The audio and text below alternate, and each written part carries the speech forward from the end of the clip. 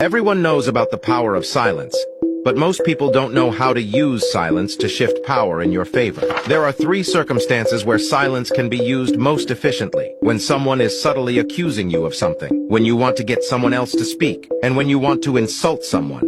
Society teaches people to dance around confrontation, which means most accusations are buried under hypotheticals and observations. For example, if someone thinks you lied, a typical response would be, "It's kind of weird that you said that earlier," rather than directly saying, "You lied to me? Why?" The most effective way to deal with this observational accusation is a quiet silence. This dismantles the person accusing you by making their comments seem out of place. Since the confrontation was indirect instead of direct, it creates the effect of them making their confrontation too subtle, leaving them responsible for an awkward silence.